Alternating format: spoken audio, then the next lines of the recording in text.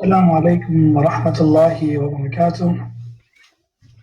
بسم الله الرحمن الرحيم. الحمد لله رب العالمين، والصلاة والسلام على أشرف الأنبياء والمرسلين نبينا محمد صلى الله عليه وسلم وعلى آله وصحبه أجمعين. أما بعد, all praise is due to Allah subhanahu wa ta'ala. We thank Him and we seek His aid and His forgiveness, and we ask Allah subhanahu wa ta'ala that He makes this time easy for all of us, bi'idhnillahi ta'ala.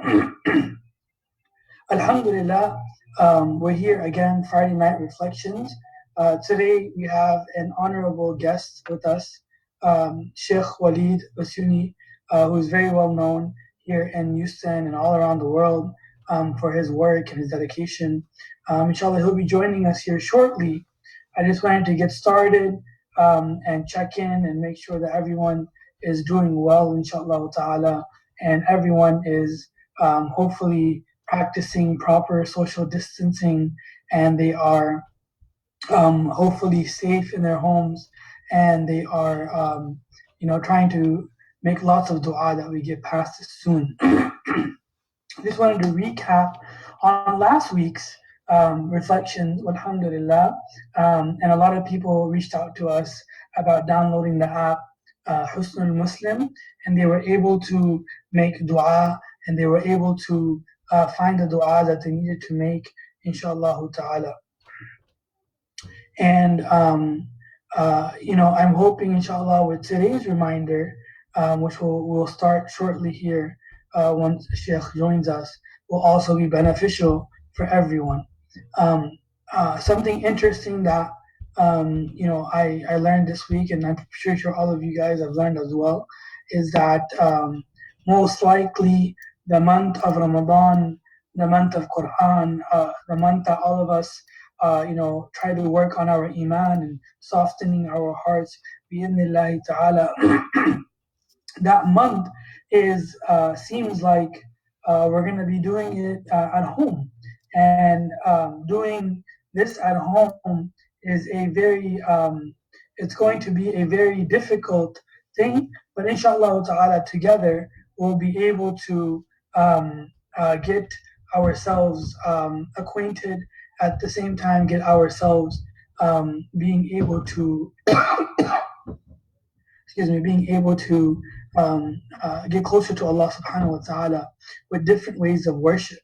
So I wanted to see if everyone who's watching with us, if you have any suggestions on how you are going to scope with this whole Ramadan at home, and what are your thoughts, right? So I have some thoughts myself. One of them is that this will be a good opportunity for us to be able to pray Qiyamul Layl at night, like the Prophet ﷺ used to pray by himself at night. And on the second hand, I have this feeling in my heart that subhanallah, we're not going to be able to pray with our family, with our cousins or with our fellow huffaz, and with our fellow imams of the community who recite, and with our community members. And this, I think, will be difficult in general of how everything will go, inshallah ta'ala. But I'm hoping, inshallah, as time goes by, that we'll be able to learn how to cope with the change in atmosphere of the month of Ramadan, and we'll be able to then benefit, inshallah ta'ala, the community. We'll be able to benefit the community. Assalamu alaikum. How are you? I think your iPhone muted. Yes. Just 1 second. Just 1 second.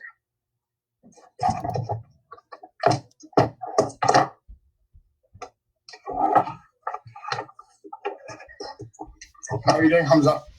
Alhamdulillah. How are you, Shaykh? Alhamdulillah. How's your parents? I hope they're doing good. Alhamdulillah, Alhamdulillah. Everyone's good, staying at home as much as we can, and trying to make dua that it gets through soon, inshallah. Ya Rab, make it easy, Ya Rab.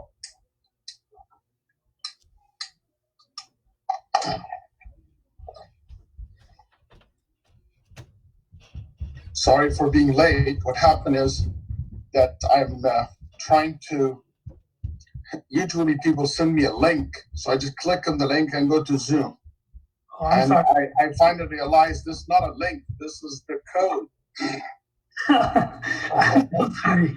I was like, oh my God, this is like making a phone call. I said, is this Zoom? What's going on? So I'm sorry about being late. My apologies. We actually had Shaykh Usman was supposed to be with us. Unfortunately, his tires got robbed this morning at his house from his car. So he had a situation, so he wasn't able to join. So I had to change the code and whatnot. But alhamdulillah, we're on Facebook Live, Sheikh, and I've kind of gave you an introduction. I was just telling the community how we were supposed to have a program where you could come visit the school and see the community in person, but unfortunately, you weren't able to come. Alhamdulillah, I'm glad you were able to take this invitation today and accept it from us, inshallah ta'ala. So I'm going to go ahead and hand it off to you, bi'idhnillah. And inshallah, you have until 8:45, and then we'll do 15 minutes of Q&A, inshallah.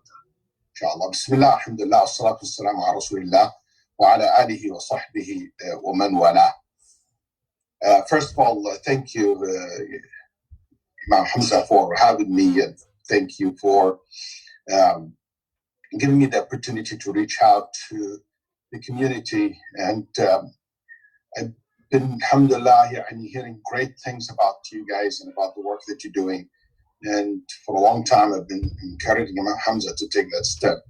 And I'm glad that, alhamdulillah, he is doing it now. And I hope he can see the fruit of it, and how, inshallah ta'ala, it will be a great addition to what we have here in our beautiful community in Houston, Texas. I'll take you from Texas all the way to the border of Syria with Arabia, Jordan, somewhere on that part of the world. Not only I'll take you far away in place, but also in time.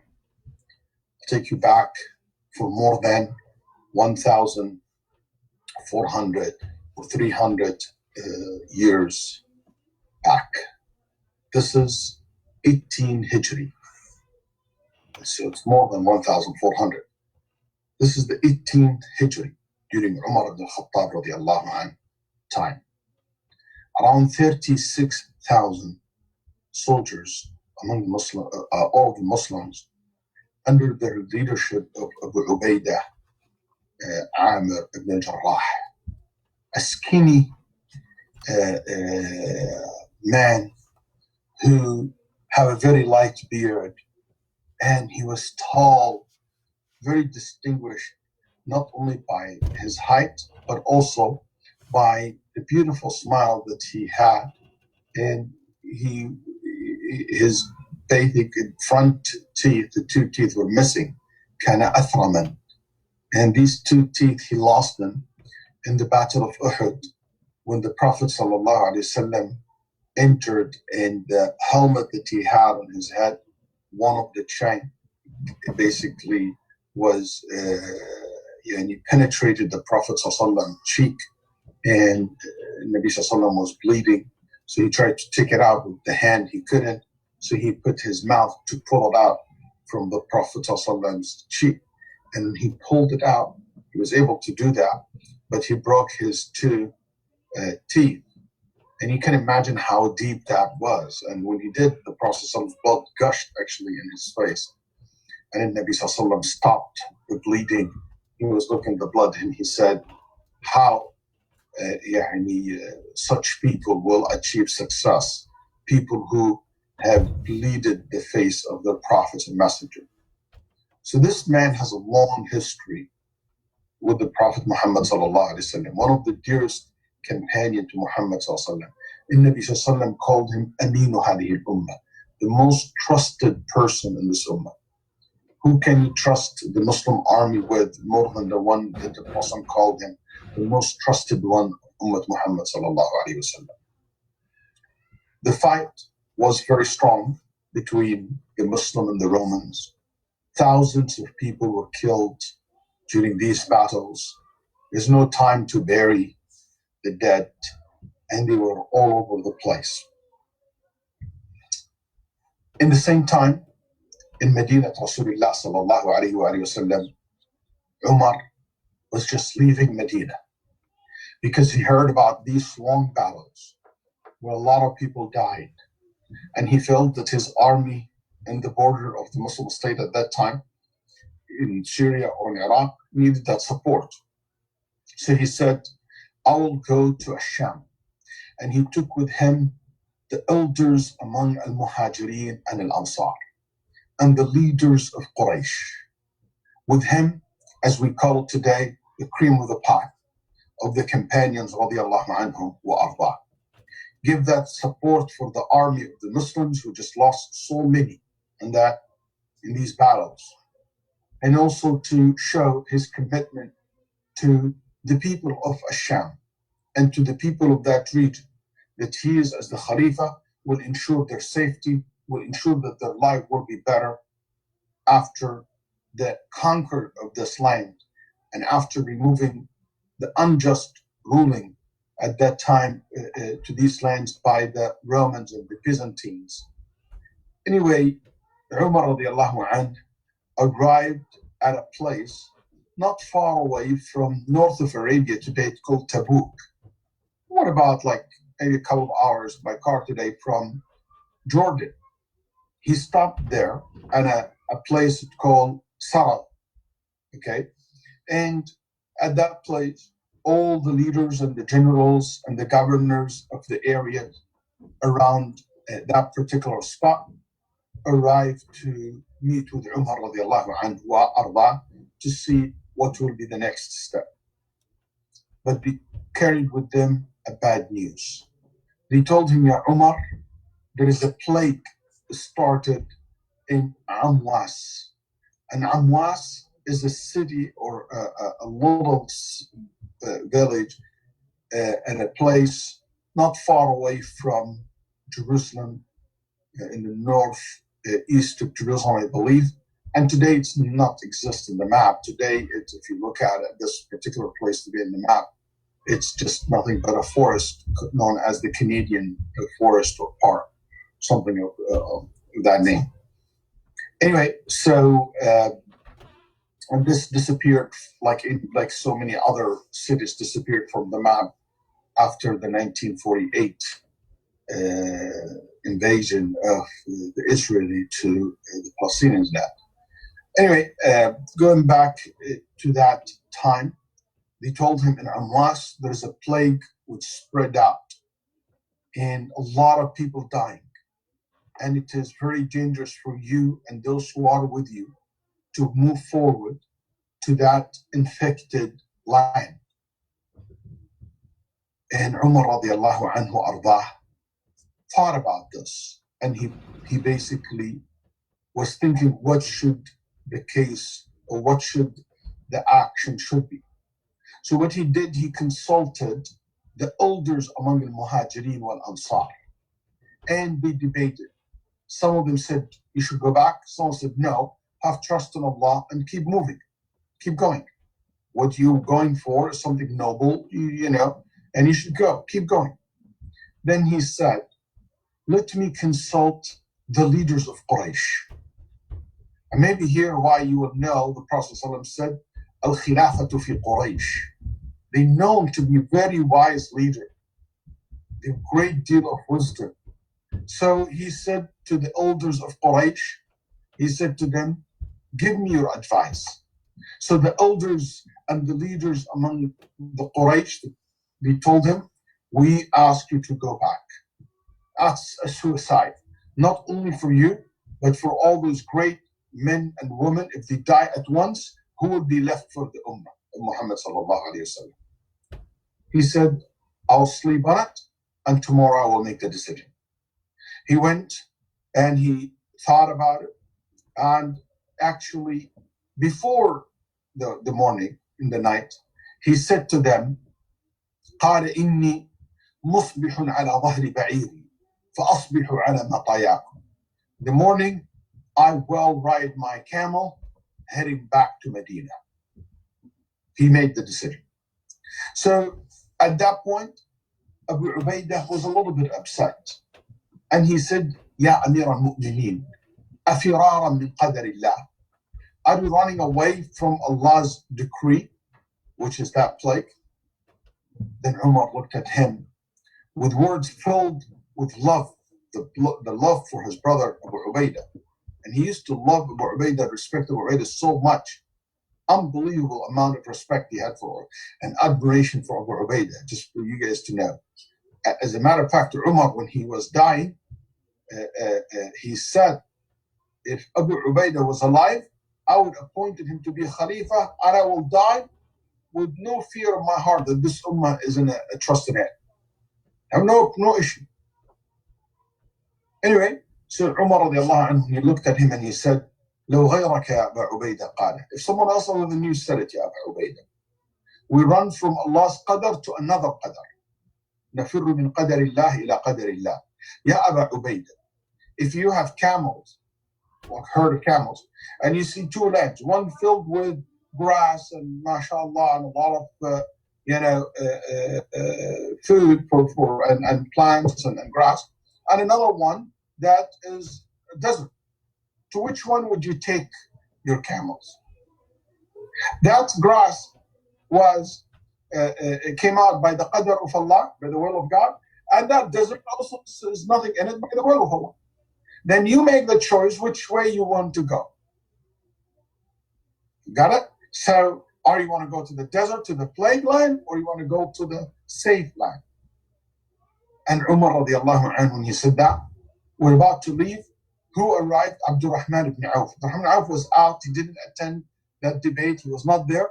Then he said, Ya Amir al-Mu'mineen, I want to share with you something that I heard from the Prophet sallallahu alaihi wasallam. He said, what? He said, I heard the Prophet ﷺ say, if you heard about a land where there's a plague in it, and you're not there, don't enter it. And if you are there, don't flee from it. Then Umar radiallahu anhu said, Alhamdulillah. Alhamdulillah. That my opinion and the consulting that I got was in the same line of the hadith of the Prophet sallallahu alaihi wasallam. He went back to Medina, but he didn't turn back to his army. He kept asking about them and what's happening. And the news kept coming worse by the day, telling how bad things are in that region. Then Umar radiallahu anhu arda felt that it's not safe for his leaders to continue and stay in that place, but they can't for many reasons. Because if the Muslim army leave, the enemy will come and take that land that was conquered. And also, as you heard, the Prophet said, don't flee from it. It's a very hard situation. And the news coming day after another, how people die.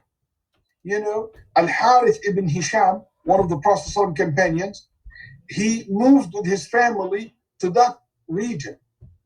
And they said he was among 70 of his family members. 70 of his family members. All of them die except 4.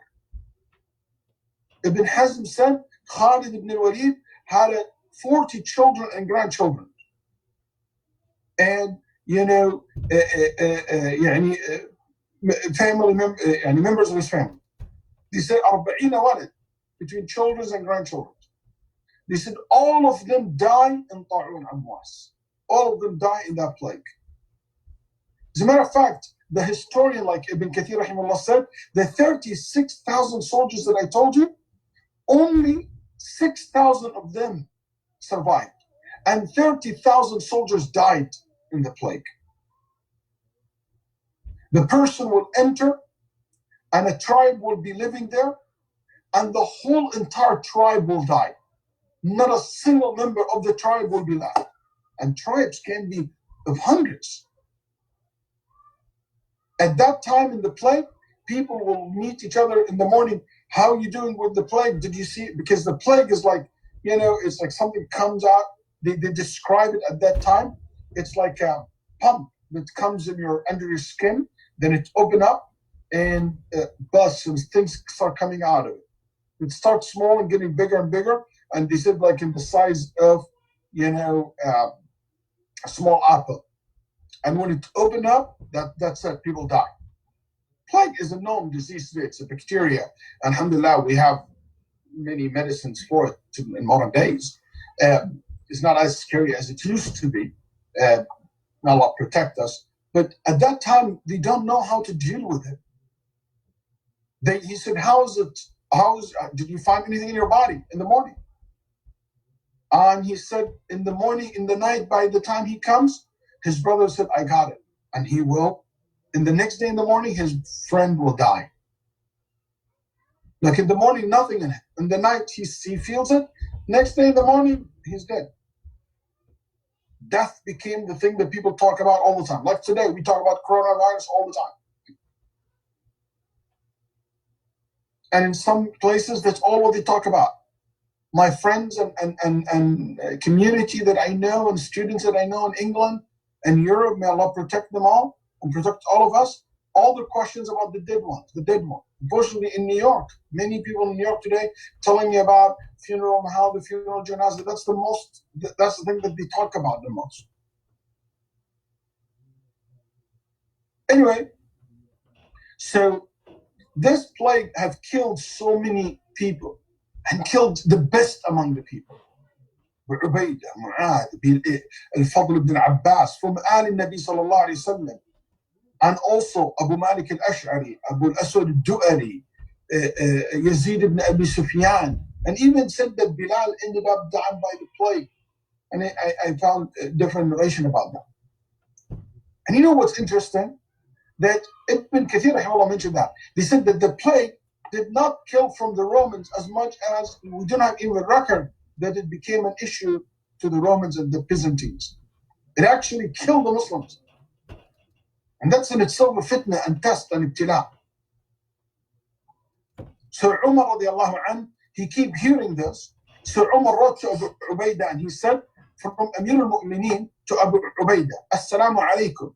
If you see this letter of mine, when you receive my letter, I want you to come because I want to consult you about something. I want to talk to you about something. Don't leave my letter. Don't put it down until you stand up and you take your horse and you're heading towards Medina. Abu Ubaidah, when he read the letter, he laughed, he smiled. And he said, may Allah forgive you, Ya Umar. You want me to leave my army. You want me to leave and abandon my army. No, I am the leader. It's like today when we say the captain of the ship, don't abandon the ship. So Abu Ubaidah said, I'm not going to leave my army. I'm not going to leave my people. He's more noble than that. This is the people that he fought with them. This is the people who died. Among the people died to open that line. He's not going to leave them at this point to be killed by the hand of this plague. So he wrote to Umar ibn Khattab and he said, I know what you want exactly. I'm one of the soldiers of the Muslims. I can't abandon them. I can't leave them. I will stay with them until Allah subhanahu wa ta'ala make his decision. Either we all survive or we die. So please leave me with my soldiers. When Umar read the letter, he cried. They said, Ya Umar, did Abu Ubaidah die? He said, no, but soon he might. Then he wrote to Abu Ubaidah and he said, if you read this letter, I ask you to take whoever left from the army and to go from the valleys and the lower land to higher ground. When he got the letter, he called Abu Musa al-Ash'ari, Abu Ubaidah. He said to Abu Musa al-Ash'ari, who was also with them in the plague, and Abu Musa al-Ash'ari survived and he moved later on to Iraq. He told to Abu Musa al-Ash'ari, I want you to go look for on a higher ground where I can take people to the higher ground, to the mountains. Abu Musa said, okay. So Musa went to his family to talk to them because he's going to be absent for several days to look what's the most suitable place for people to move out from the area where it's highly contaminated to a higher ground, and basically where they can be separated. So when he went to his house, Abu Musa al-Ash'ari, he found his wife got the plague. So he came to Abu Ubaid and said, I can't do anything. My wife's sick. I have to take care of her and to basically with the kids. If she died, who will take care of the children? Then he said, no problem. Think about who else will do that. And he said, he will do it. Then he ride his horse and he said, I will go look. And he taking a group of people for him to look for that land where he can move the people. But when he ride the horse, he noticed that he got it. When he just got settled on the horse, he felt it. And he said, that's it. He didn't go far away and he died. What Umar ibn al-Khattab was scared of or afraid of happened. The death of Abu Ubaidah by the plague. He was so sad for the death of Abu Ubaidah. Then the one who took after one of the greatest scholars among the companions, a young man by the name of Mu'adh ibn Jabal. He was just in his early 30s at that time. Early 30. I'll talk about 31, 32 years old. And also, when he became the Khalifa, he gave this beautiful khutbah to the people. And he gave this beautiful speech. And he reminded people that this plague is, yes, it's a pain, it's a suffering, but also it's a mercy. It's also death of the righteous. It is a way where Allah subhanahu wa ta'ala purify you from your sin. And Mu'adh, he lost his wife, he lost his 2 daughters, and he lost his son. His son Abdurrahman was in his last few minutes. Whatever power left in him, breath that he had, Mu'adh came to his son and he told him, my son, إِنَّهُ الْحَقُّ مِنْ رَبِّكَ فَلَا تَكُنِنَّ مِنَ الْمُمْتَرِينَ. This is the truth from your Lord, be patient. Because the Nabi Sallallahu Alaihi Wasallam said those who are affected by the plague or by epidemic and they are patient and die, they die as shaheed. So he wants his son not to lose that at this point. Because at this point, it doesn't really matter.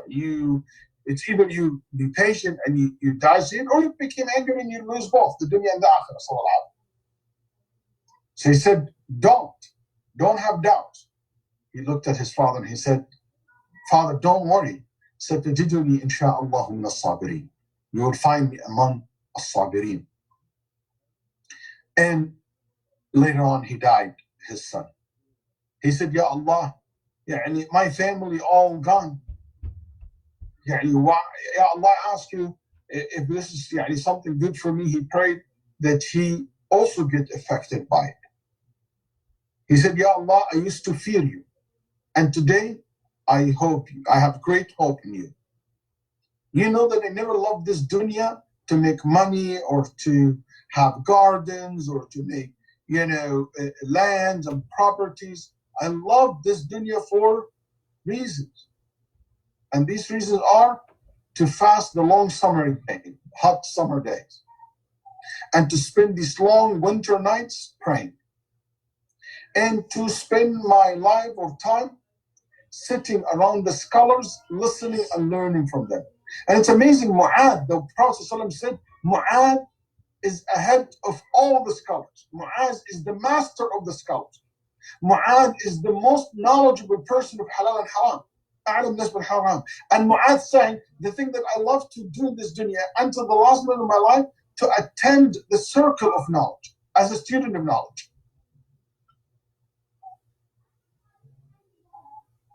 And he told people before he died, he got the plague, it started in one of his fingers, and when he looked at it, he said, that's it, I got it. And he told the people around him, when I die, make sure that you go seek knowledge from 4 people. And he mentioned these 4 people to them. He cares so much about where the knowledge will be taken from after his death, where people should go to. And he couldn't take the people away from that infected land. Who came late as a third Amir, or governor, or ruler? Amr ibn al-As, smart man. Amr ibn al-As, he saw how this disease is killing people left and right, how contaminated this area is. So he took the advice. Basically, he said, we're going to, listen carefully. He said, we're going to be spread on the top of these mountains around us, in small, very small groups all over this mountains. We're not going to be gathered in large numbers. Basically, they will have their own social distance. And they did. And when he said that, he said, people, this is the waja', this is drijs. This plague is a dirty, evil thing. And when he said that, Abu Wa'il al-Hudhali was one of the companions, got mad because he knows that the Prophet ﷺ said, when there is a plague in a place, you don't run away or flee from it. So he thought that Amr ibn al-As fleeing from it and going against the hadith. And also, he was upset because plague is a mercy from Allah. The Prophet called it mercy. And he was upset also maybe because he called it rijs. Even though Nabi Sallallahu Alaihi Wasallam called rijs as well, but maybe Abu Wa'il al-Hudhali didn't know that. So he was angry and he said, how come you ask us to get out and to flee from this place and to leave this place? We're not going to do that. He said, I was in the company of Muhammad sallallahu alaihi wasallam. I was in the company of Rasulullah sallallahu alaihi wasallam, and at that time, when I was accompanying one of the companions of Rasulullah, أنت كنت شرا من حماري هذا. You were worse than my donkey, because you were the enemy of Rasulullah sallallahu alaihi wasallam at that time. Amr ibn al-As, he said, Wallahi, I will not say anything to you. He said to people, just as an Amir ordering you to leave. They went to the mountains and they spread. Umar ibn Khattab, when he heard that, he was happy and pleased with what Amr ibn al-As did. And he agreed with him, because actually that's the original advice from Amr ibn al-As. Guess what? In a matter of weeks or months after that, those plagues ended. After they were spread all over the place. After things came down, they came down and they started burying the dead and basically cleaning the area, and the plague stopped. They found out a problem. A whole entire tribe died. How can they divide the inheritance? What they do with all this? The plague have destroyed the region. And Umar radiallahu anhu felt now it's also his duty to be there to support the people. And he went and he gave a great speech to the people of Sham. And he showed them that he is fully committed and to bring wealth and to bring money and to support the family and to take care of them. What do you think Umar radiallahu anhu, the one who used to say, I will never leave a widow in Iraq ever needs help from anyone. I'll make sure that I'll make them all self-sufficient and have enough money to survive. Umar, the one who said, I am worried about the camels and horses and mules of Sham, if it basically walk or goes on the road which is not fixed for them. I want to make sure that the roads are fixed for people while they're traveling. Umar, the one who told the people of Egypt that there is no discrimination between Muslims and Coptics. And he made sure that the people of Egypt treated so respectfully and fairly. Umar Khattab is the one that he cares so much about his people that he used to go in the night to ensure their safety personally.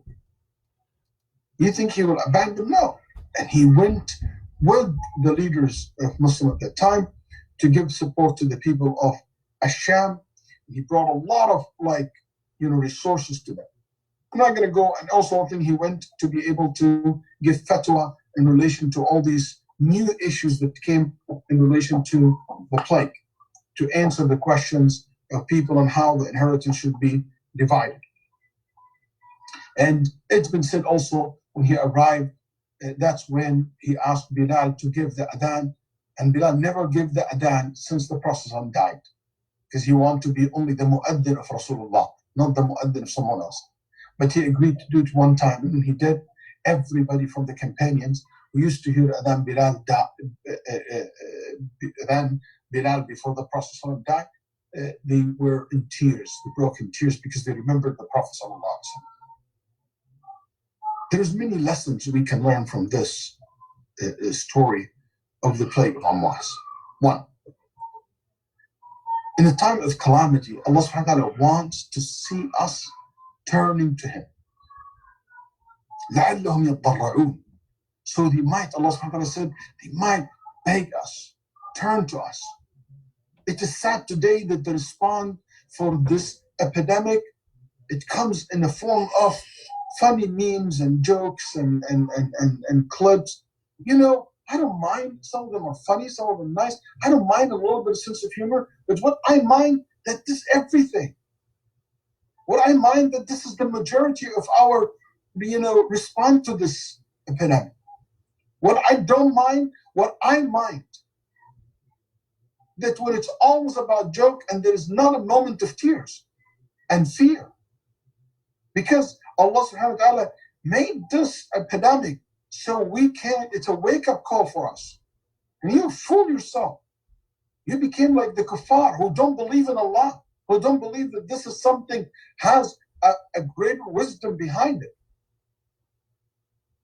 That meant to turn people to Allah subhanahu wa ta'ala. So if there is nothing changed in our life, if we're not begging Him and asking Him and seeking His help and seeking His aid, and also having that trust in our heart in Allah subhanahu wa ta'ala, knowing that He's the only one can save us, He's the only one can lift us, He's the only one can protect us. No matter how many times you wash your hands, no matter how many times you change your clothes and wash them, no matter how much sanitization you do, in the end of the day, we do all this and we know that the real protector is Allah.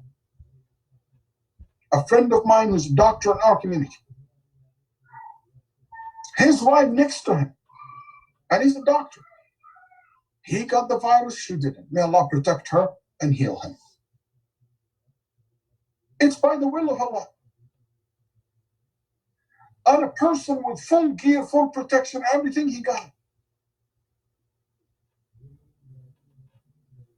Prime Minister and royal family members and leaders got it. With all the protections and the people around them to protect them. It is, at the end of the day, we have to have that trust in Allah subhanahu wa ta'ala. Turn to Allah subhanahu wa ta'ala. We have to have patience. You have to be patient. As-sabr. Patient, it means what? It means control. Wal-habs. To control your tongue, to control your thoughts, to control your actions. To control your tongue from saying the negative things, from saying the things that contradict the concept of ar-rida bi qada'i Allah wa qadari, that you accept and you're pleased with what Allah subhanahu wa ta'ala decreed. To control your tongue from saying the wrong things, from saying the kufr, from objecting to Allah subhanahu wa ta'ala. Sabr, to control your thoughts, doubts. Don't trust in Allah subhanahu wa ta'ala, expecting a bad from Allah. To control your actions. And that's so important, especially when we live together in the house. Sometimes we get frustrated. We get angry. We have anxiety. You need to learn how to control. Also, a sabr means not to control, but also to rechannel.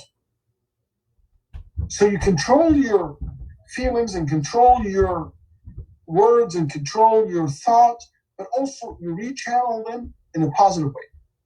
You adjust.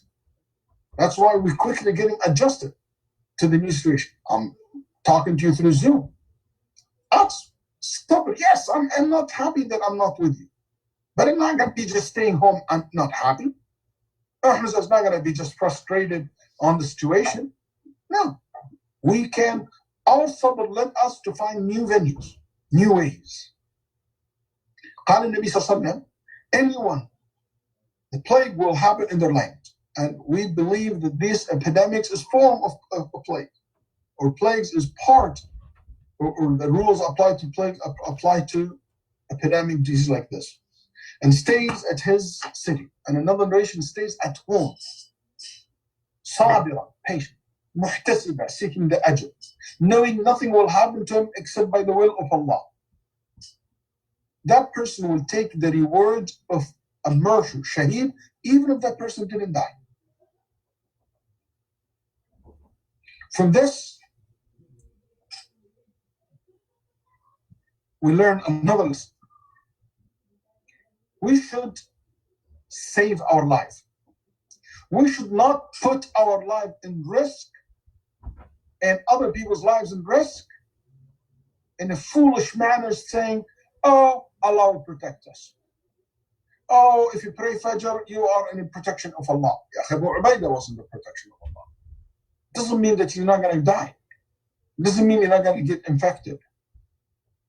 Mu'adh was in the protection of Allah. Umar was in the protection of Allah, and he was stabbed and killed in Salat al-Fajr. So that means you should protect yourself from what can harm you or harm others. We take the necessary means from and precautions that we know of to protect ourselves, and it's wajib upon us to do so. That's why ulama rahimahullah said, when an area where we know there is an epidemic, you're not allowed to go to it. And if you are there, you're only allowed to leave if it's safe for you to leave. Like Amr ibn al-As was safe because people, those who left, are the people who are safe. Otherwise, they will take the plague with them.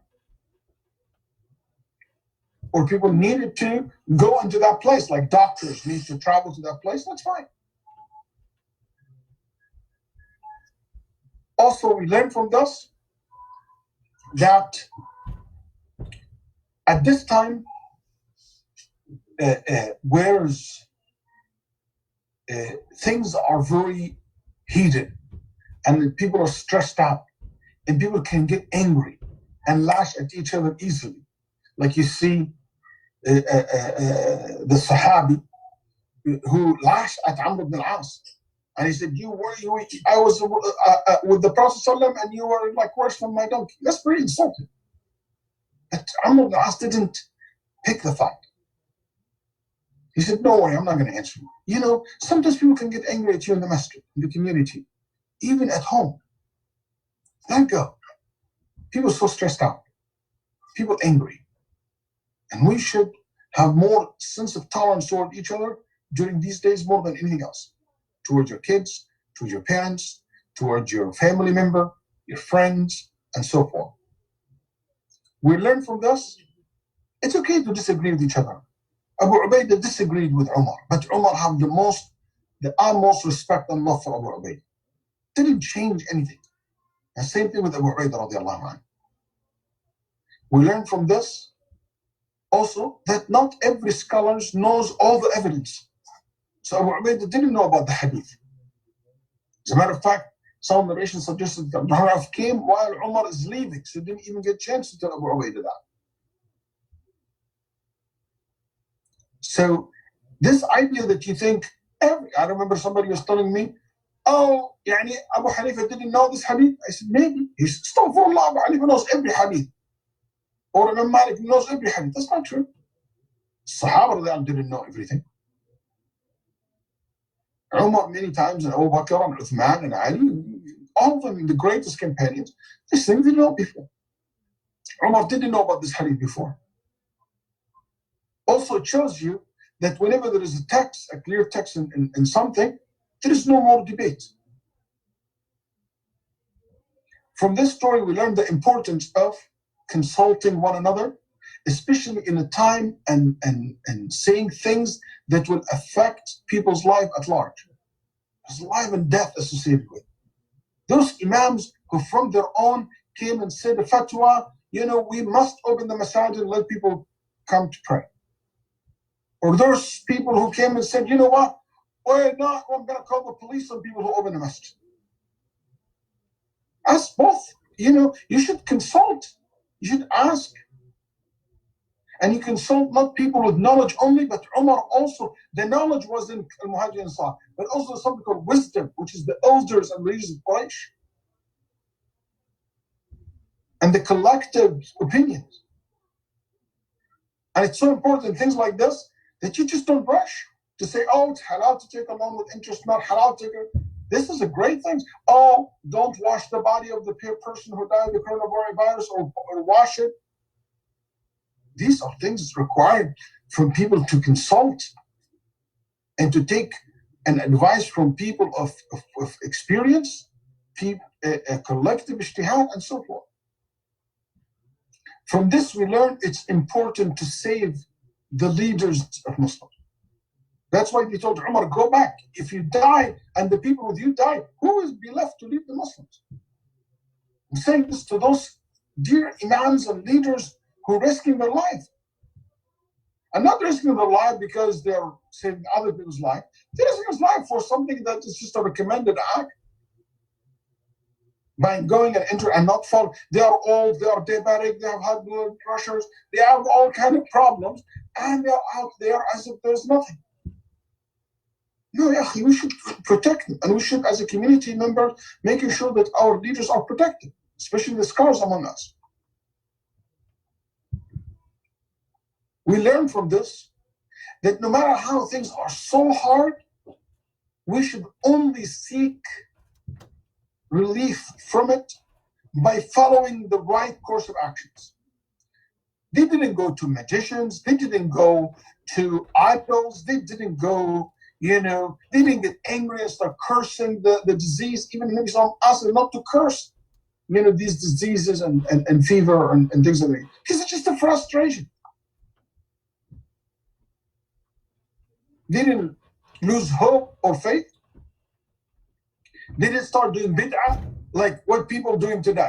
Like people asking me, oh, let's pray all of us at 3 o'clock, Friday, at one time, 2 rak'ah for Allah subhanahu wa ta'ala. I said, yeah, Habibi, why?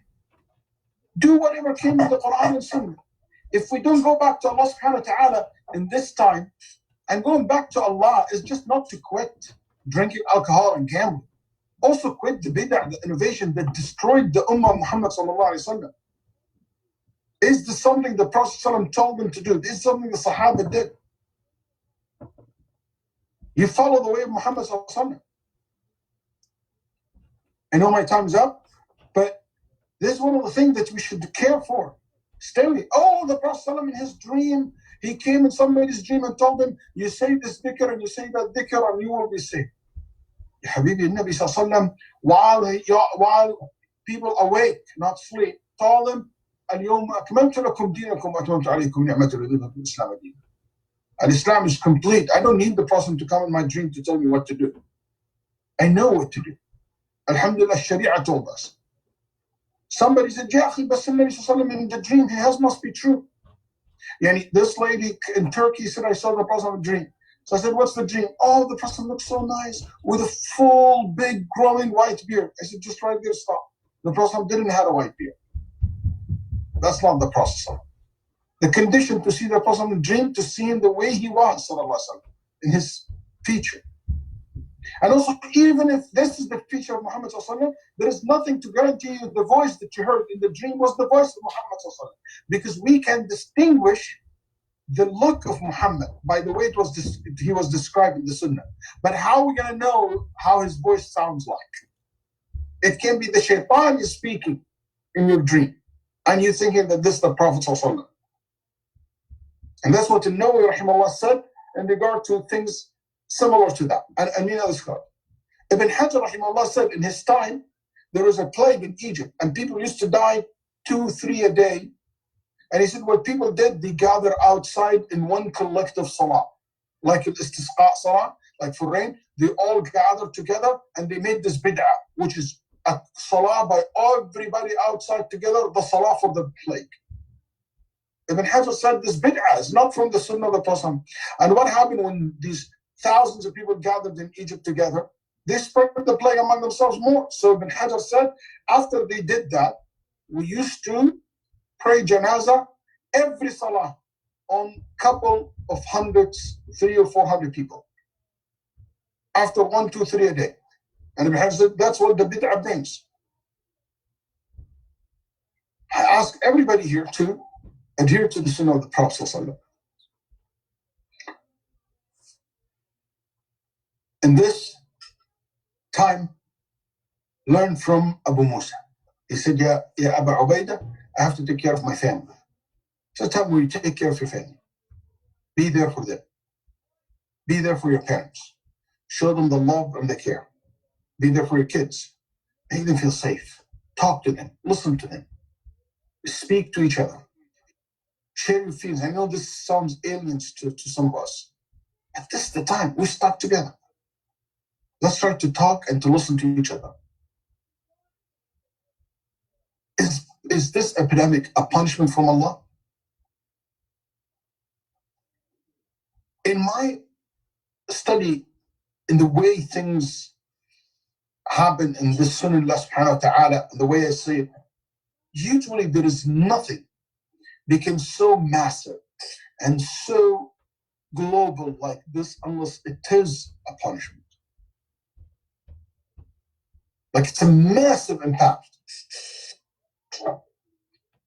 But also, I'm not gonna act as if I'm Allah's agent on earth. I'm afraid that it is. And a punishment, it means something to wake us up. But also it could be a test. It could be a warning. And the same thing can be for some people a punishment, for other people a reward, for other people a wake-up call, for other people it's a test to bring the best out of them.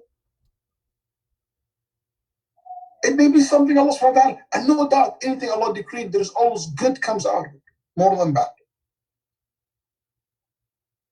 These tests can bring the best out of it or the worst out of it, us. How we see the world care for one another. How we see the world, see that how for years when we hear Muslims, the Islamophobes keep spreading lies about Muslims and Islam, and how they hate us. No, they are the one who gave their lives first for us today. First doctors died were Muslims in England. One of the leading scholars today in fighting this epidemic in research centers in our country, an Egyptian doctor, doctora, female researcher, doctor, Ghia. Another big company that are providing or leading efforts in describing or discovering tests and kits to test people for the virus, owned by Umar, who want to give it free for the world in Ireland. Muslims are absolutely unique. This is one of the things. You guys been seeing around all these images of the world, how it is start healing itself. The earth, the planet, it became beautiful again. With this, staying home order, the corruption that we have done on earth is kind of been, reversing the course. You see the fish, the sky, the plant. It's much cleaner, the air. We've been spreading so much corruption on earth. Is the punishment? It could be also. And we deserve it and deserve to have a lot more. It's Allah's mercy only we ask. Tell me what sin the humanity didn't practice. Tell me what sin that we did not practice. The injustice that we've been done to one another. The killing and the civil wars, that if we're not taking part of it, we are igniting it and benefiting from it, financially or politically. Look at the amount of kufr and the curve or the rise of atheism and agnostics. Look at how much We openly, every indecent act, we openly proud of it, going against every fitrah that Allah created us upon. People proud of kufr, proud of indecency, proud of fahisha, proud of sins. And talk about major sins. And each and every one of these things is the reason for this. Al-Qurtubi rahimahullah and said once, he said in his observation, that no massive punishment come for people except as the result of what? Of the corruption that have to the men and women and the spread of adultery. And the Nabi Sallallahu Alaihi Wasallam told us that when adultery is spread and an illegal form of sexual relationship is spread, Allah punished such people with diseases that was not exist in the nations before them. We eat the haram. Why do you think this is coming from eating the halal and consuming the halal?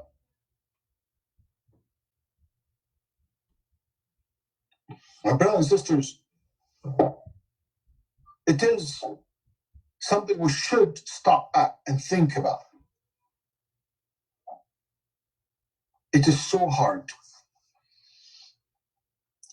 on me, and it should be for on every one of us. When we start reflecting upon how dangerous it is when Allah subhanahu wa ta'ala take away from us the ability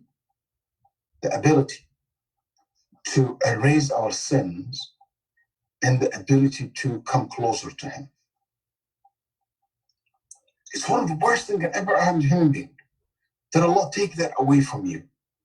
That either taking away by you not thinking about it, and you became يمد لهم في الغي مدة في الضلالة, that this is so deep in going astray.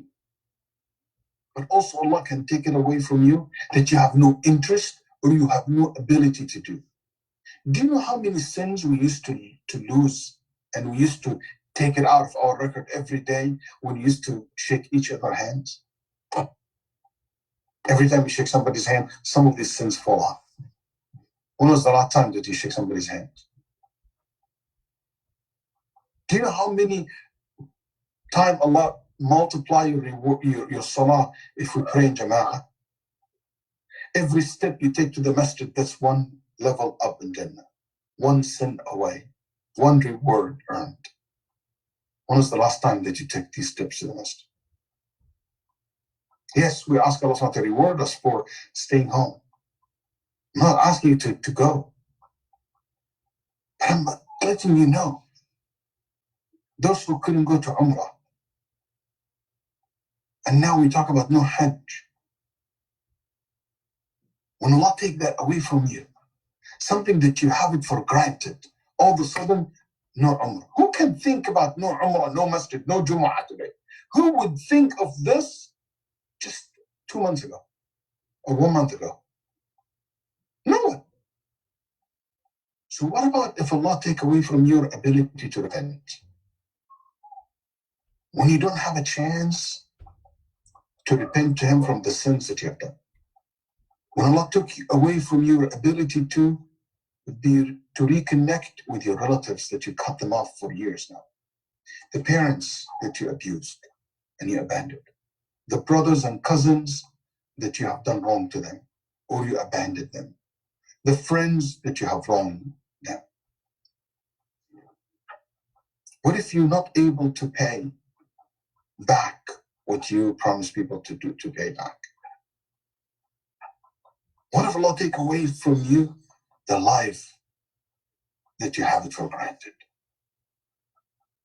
That's something that requires from us to reflect and to pause and to see Allah subhanahu wa ta'ala. Allah sees from us a change. Because Allah subhanahu wa ta'ala, when He put us in such trial, His interest is not only to change our circumstances. He's more interested in changing you than anything else. إِنَّ اللَّهَ لَا يُغَيِّرُ مَا بِقَوْمٍ حَتَّى يُغَيِّرُوا مَا بِأَنفُسِهِمْ. Allah will not change your circumstances until you change yourself.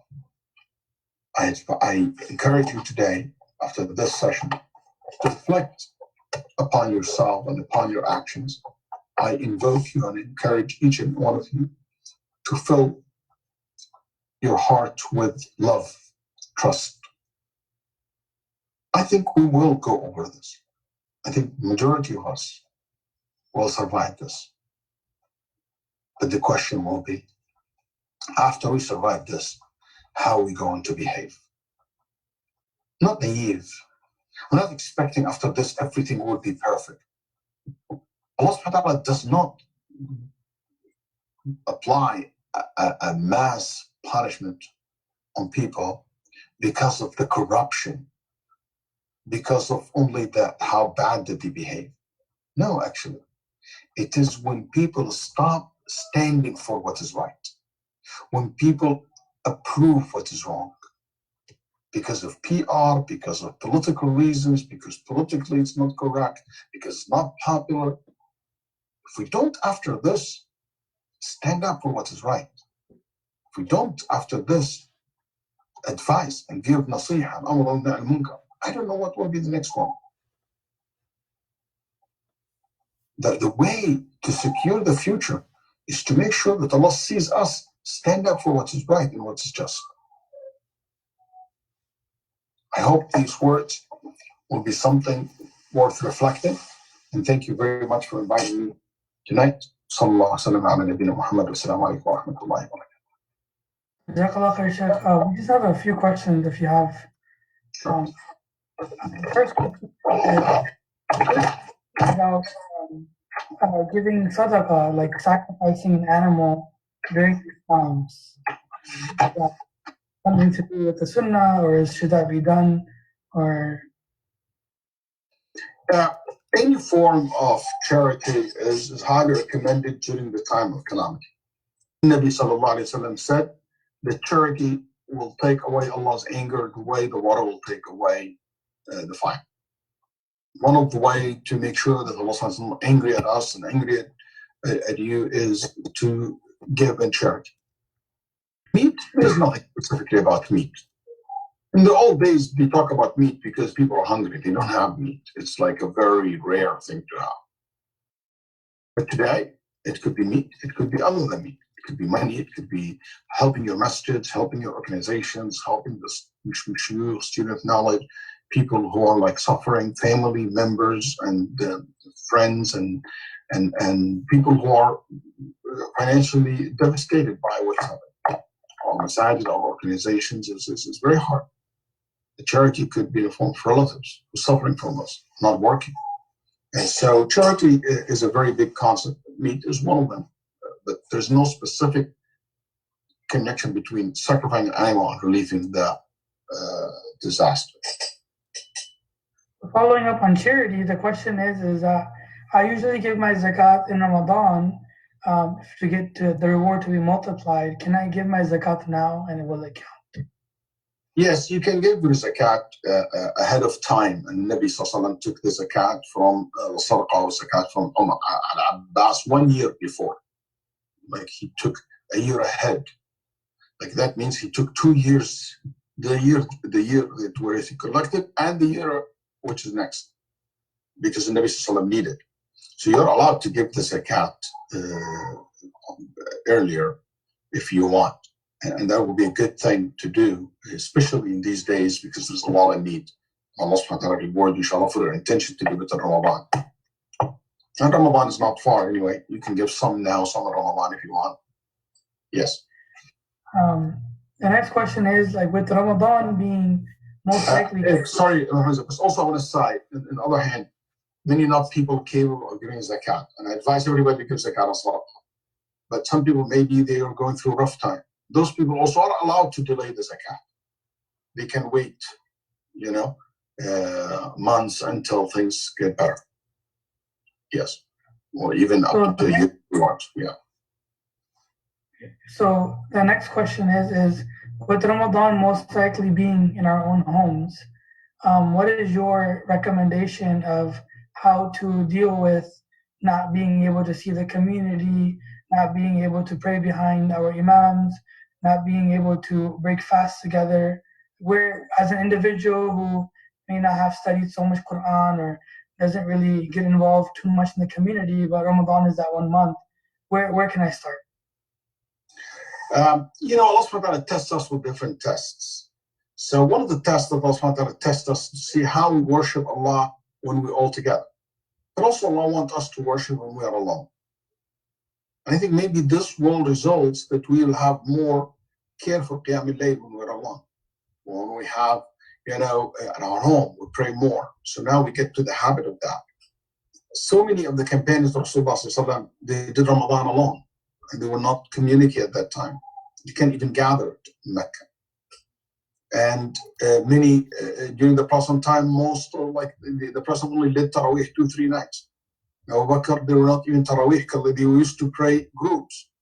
And good portion of Umar's time, they used to pray in a small group together. But now, after that, became known as the Taraweeh, the way we see it today. But the point is that you still make sure that you pray at home with your family member. I'm against a large gathering of friends praying Taraweeh, because that's defeat the whole purpose of social distance. You keep your social distance. But maybe you and your family, you can pray. You can read more Quran. You can hold the Mus'haf and read from the Mus'haf if you can. And if you can't, read whatever you want. That will be a reason for you to say to yourself, you know what? What if I'm in a situation like this and I only memorize Qul Allah, you can pray with them. But maybe that will be a reason for you to increase your hifz. That's one of the benefits of having hifz Quran. That now you can use it. And if you can read from the Mus'haf, you can read from the Mus'haf. And also, I will advise you that you still work with the community, virtually. You can have the Quran circle online. There's classes and khatiras online. You can watch Tarawih online. You can listen to lectures while you're home, collectively. You can make dua and dhikr together with your family members. You can put competitions between the community to research and to read. And these all activities, if it takes place, will be a great thing to be done. So you still have a lot of opportunity to work with the community virtually. And in the same times, you can work on your ibadah by yourself. And if you ever felt that you need help, ever felt that you need imam boost, you ever felt that you need to talk to someone, reach out to the imam. Reach out to any of us here in Houston, inshallah, and Imam Hamza. Talk to him. Explain to him how you feel, and you will find the support that you want. Yes. Last question here, Shaykh, is that I've been home for the last 4 weeks because of this whole social distancing, but I'm starting to feel overwhelmed, and I'm starting to feel anxiety. I'm starting to feel hurt. I'm starting to just not feel like myself. What advice do you have, or is there any dua that you would recommend for anxiety and for headaches and just having this, I guess, high blood pressure? Yeah. Say Subhanallah, Alhamdulillah, wa la ilaha illallah, Allahu Akbar. Bring a great relief. La ilaha illallah. Bring a great relief. Pray more, the prayers, like the actual prayers. Bring a great relief to the person. And you need to psychologically prepare yourself that this is not going away any soon. We're still going to be like this for maybe 2 to 3 months, 2.5 months. So psychologically prepare yourself that. And also, I advise you to go take a walk. I ride the bike with my kids. Maybe you can go, if you keep your distance from people, you can go maybe fishing. I don't know. You can go if you have, a bike or canoeing, or do something outdoor, but away from people. That's something you can do. Take a ride with your car, around. So, you can have some fun with your family. Today in my hope, I said to the community, it's online. One thing I said to them, like, you need to learn how to have fun while you discover new ways. Games with the kids, cards, reading books, even coloring books for adults. It's not about idea. There's 12 museums worldwide. You can do actually a virtual tour in them online. The big museums in the world. You can go and check it all as if you travel to Chicago or to, Paris or some of these big museums around the world. There's a lot of things you can do. Just organize your time and make sure that you are, stay active, exercise, and hope this will help. And don't underestimate. It's not only dua. Don't think it will take that anxiety away. And if it became reached to a very high level of anxiety and depressions and it became like bad, you should seek a professional help, from counselors and people who might mentally be able to help you. And there's a lot of resources also for mental health issues during these days. Maybe one of the things that we can share in our community resources and lectures and talks about this. This is tons of them I see every day advertising for it. So keep your spirit high, keep your friends around virtually, talking to them, and just don't eat junk food, don't get overweight. Try your best to stay healthy as much as you can, and just psychologically prepare yourself. This is for a long time. It's going to be there for a couple of months. We ask Allah to make it any easier and faster, but that's what it looks like. Sheikh, someone's asking that you mentioned about watching Tarawih online. Can you pray virtually Tarawih? No, you can't follow an imam online. That's invalid salah. You can watch and listen to the Quran, learning from the Quran, but you cannot pray behind someone online, because one of the conditions of Salat al-Jama'ah is to be part of that Jama'ah, literally. Otherwise, I can't pray, here while I'm watching Mecca. I'm taking 100,000 Salah. Why do I travel Umrah group with Imam Hamza? Save my money and just do it from here. It doesn't work this way. Otherwise, I stand up in Arafah virtually. That doesn't work. This is not correct. And there's no scholar ever said that, by the way. There's one Moroccan scholar wrote something about this, and it was completely rejected. Nobody adopted, even his own students, his own people, his own family members who are scholars rejected, didn't take that. So, and this is the time of fitan where people try to find anything. Khalas, alhamdulillah. The problem sometimes, we try to make the religion is easy. Alhamdulillah, there's no Jumu'ah, no Jama'ah. Alhamdulillah. Why have to make it complicated? No, we have to. Allah subhanahu wa ta'ala give you an excuse, and alhamdulillah. Don't feel bad. Feel bad about the right thing that you don't do. The problem is we feel bad about the right thing that we're not doing, or the right thing that we're doing. And you don't feel bad. Like someone, oh my God, I'm not going to wipe over my socks. I'm going to take it off and wash my feet. This is Islam. And the same person will be consuming usury and abusing people and treating people bad and lying and all this like nothing. I'm not going to combine between two prayers while I'm traveling. Oh, no. I'm not going to break my fast. I'm fasting. Why? Nabi Sallallahu allowed us to do that. So they are so strict about the thing that is halal. But the clear haram, we don't care. It's real. Alhamdulillah, you can read Quran. Alhamdulillah, you pray Dhuhr. Why would you pray Jumu'ah behind the imam? You listen to the khutbah and benefit from it. Asking that I lost my job with everything going on, and I may not be able to pay rent. Can I take a loan from the bank if that's my only option? Yeah, in a case like this, for people who are, because of the financial crisis, they can use their credit card or they can take a loan. The government offers loans, and some of these loans are forgiven if you're a business owner, for example, and you're going to lose your business. Sharia will not say, hey, you lose your business. No, you can take the loan even with the interest, and you try your best to pay it as soon as possible. In cases like this, these kind of needs, we treat it like necessities.